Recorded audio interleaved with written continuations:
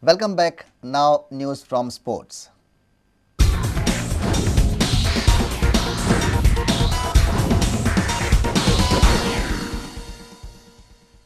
The recently concluded Rugby World Cup helped attract quite a few Indians to the sport.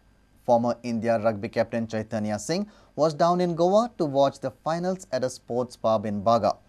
Chaitanya is quite satisfied seeing the sport get growing attention in the country today. However, the Mumbai-based veteran hopes that rugby infrastructure improves in a big way in India. Chaitnya Singh shares a similarity with India's first ever cricket captain C.K. Naidu. Chaitanya led the Indian rugby team for the first time on field in 1998. Ever since, the Bombay Gymkhana player has been a regular on the Indian side. Nasir Hussain took over from Chaitanya in 2005 as captain of the Indian national rugby team. Well, it was a fantastic time. First international to the Asian Rugby Football Union back in 1998. Had the pleasure of leading the Indian team then. So, formative years, got a lot of groundwork done, a lot of systems and structures were put into place. And I think we're seeing the rewards of that now. We see just one full-fledged rugby ground in India. It's quite a sad thing that we see just one rugby ground in India. You feel that there should be more, there could be more, and the sport could grow? Yeah, I mean, like any growing sport, infrastructure is always a major concern. Football's had its fair share. We've seen even hockey, which has been the national sport, struggle with infrastructure. Rugby being a new sport probably struggles more than any other sport.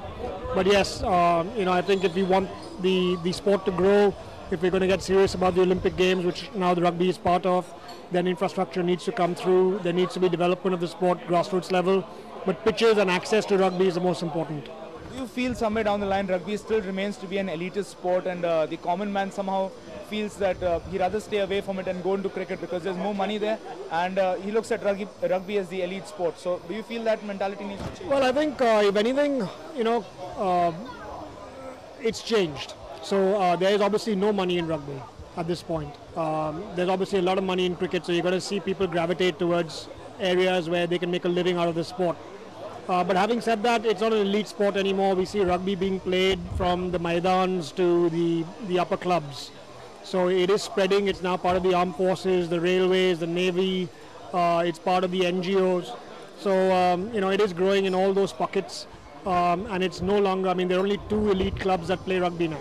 Our sports reporter Nikhil Pereira with video journalist Sarvesh Veluskar from Baga.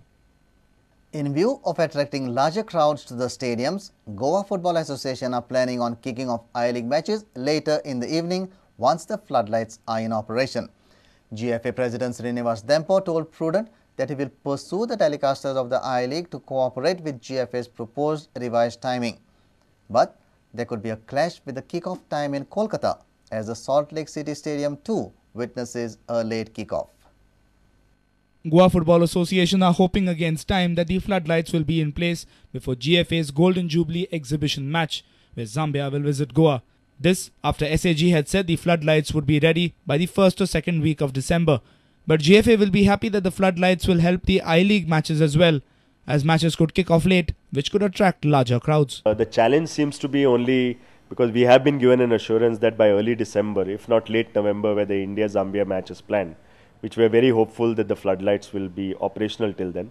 But by early December, definitely the floodlights will be in operation. That's the assurance given to us. But the challenge, as you said rightly, is only from the broadcaster end. We will ensure that GFA makes the right pitch so that a fair treatment is given to also the Goan matches to be shifted at a later date, at a later time, just like the matches in Calcutta are happening. And I think from that point of view, the Goan teams could be much better prepared in having a good entertainment program and likewise, so that the timings would suit and more people will come to watch it. So we are very hopeful, and I'm sure, I can only give an assurance that GFA will try its best to move matches to a later time.